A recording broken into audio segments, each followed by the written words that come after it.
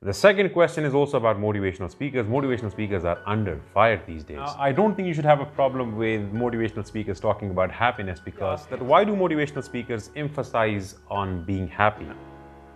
I love the question that what is happiness that everybody is so keenly talking about.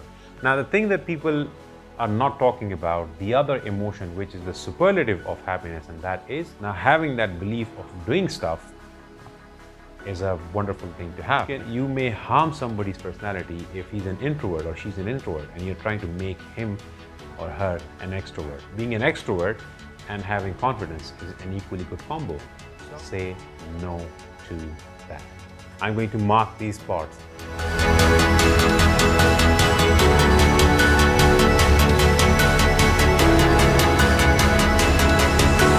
Hi everyone, welcome to The Loop, and in today's podcast number 6, we talk about a couple of questions that I've got from Osama.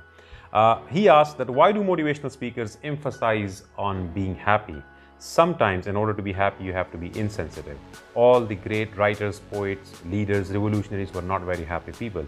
There's no point in expressing what is not coming from the inside. The second question is also about motivational speakers. Motivational speakers are under fire these days.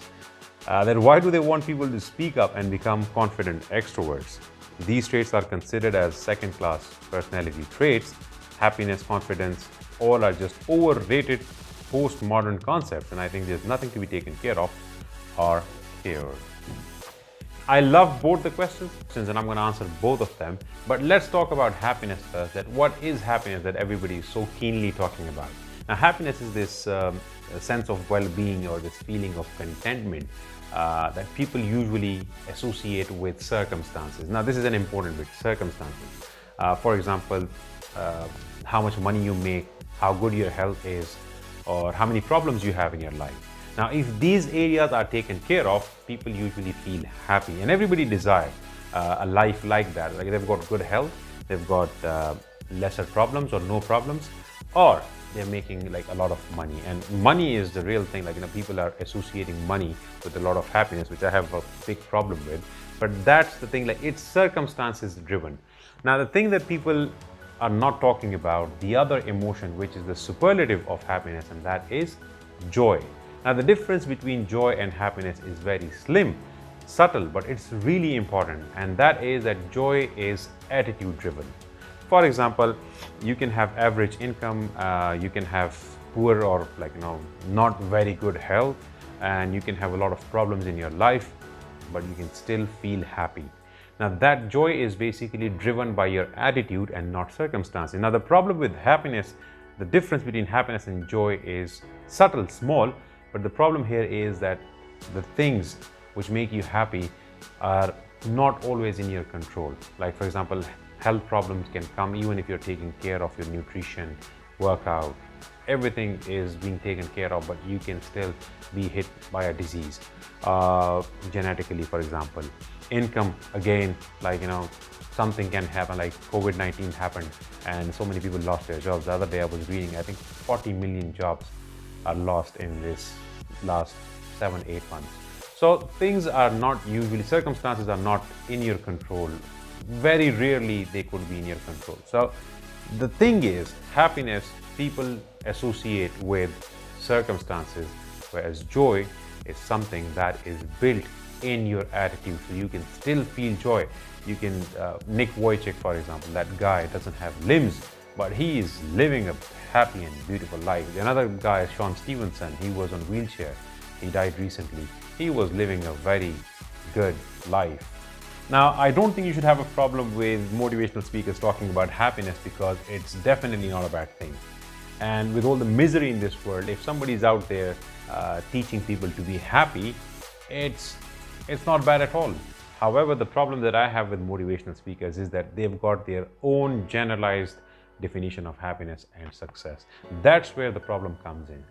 And one of the major ingredients they always mention in their sessions is money. Having a lot of money, they think, will make people happy. Having a lot of money basically is a measure of success to many motivational speakers out there. And so they mention Steve Jobs, Elon Musk, Mark Zuckerberg because of the billions of dollars of worth that they have.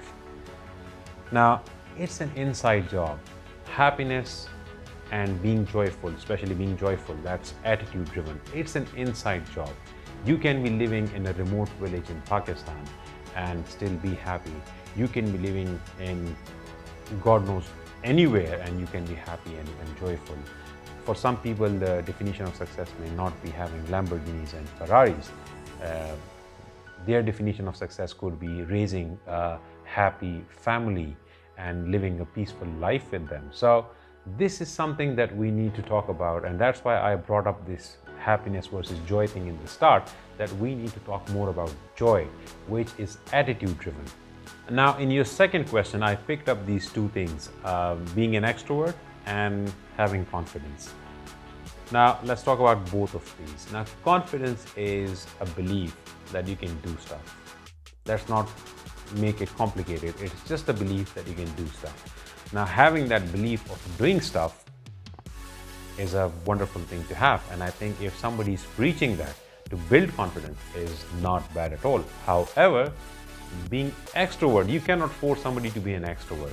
And you may harm somebody's personality if he's an introvert or she's an introvert and you're trying to make him or her an extrovert. So that is something that I'm against. Okay, so you can be an introvert and confident at the same time. So being an introvert and having confidence is a good combo to have. Being an extrovert and having confidence is an equally good combo.